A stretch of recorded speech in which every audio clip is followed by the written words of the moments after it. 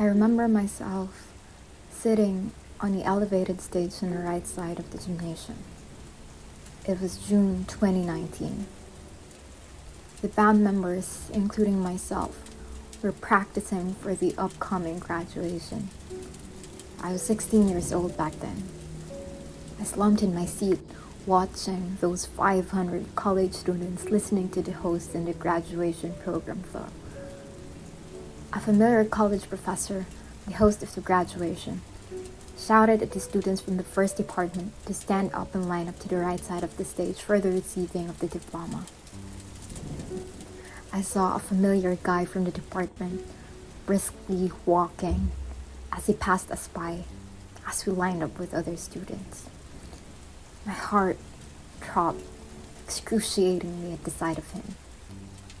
He was wearing his red polo with tiny white stripes together with black pants. His hair was clearly neatly cut. His face is the same as usual, stoic. Seeing him from a distance, I couldn't contain my emotions. Sadness, anger, confusion, devastation. Calling his name, he marched onto the stage, passed by the professor standing, and walked down the stage. I can't believe he's getting away from this. I can't believe that he's graduating from all the hell he gave me. What, I'm going to be stuck here at school while he's having the happiest time of his life outside the university? Every little detail and event clearly came to my senses, and I reminisced about everything.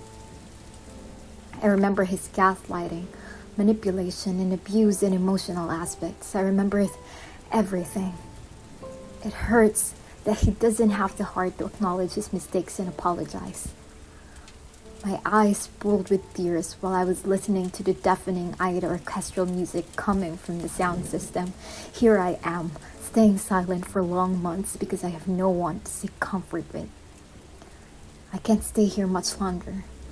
I imagine myself here at this same university, studying here as a senior high school student. Whenever I pass a familiar spot, I remember those flashbacks with him, and I abhor it. The memories suffocate me. I wanted to get away. I stood up from my seat and walked down from our elevated spot. I exited the gym and headed toward the headquarters. Once I entered, there was no one inside. I saw an empty chair and sat on it. I buried my face in my arms and I cried, and cried. The sound of a door opening made my head turn around to see who it was. It was Sir. He had a worried look on his face as he found me in a devastating state. I sniffled. Sir, I can't go to tomorrow's college grad. It still hurts seeing him. He knew what I was feeling right now. But we need you. You just have to ignore him and move on, he said, sadly. I'm sorry, sir, but I can do this. Just one time, please. My eyes blinked in tears. He hugged me calmly and responded, okay. Then we just hugged silently, like a father comforting his daughter. After the moving up ceremony, I would no longer stay here, and I decided to pack up my things and move away from there. I'm starting a new life, I silently noted. 4 years later, I arrived at the same gym together with my sister.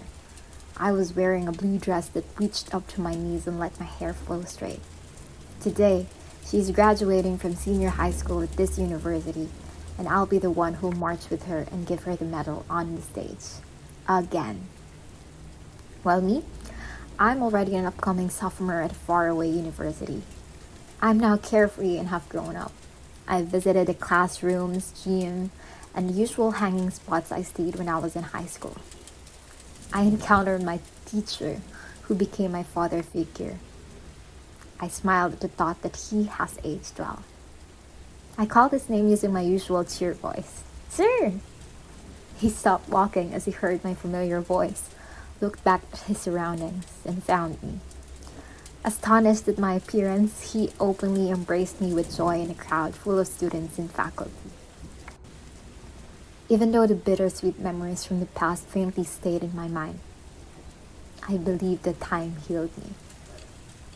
I forgive you. I forgive myself. Ataraxia by Greta.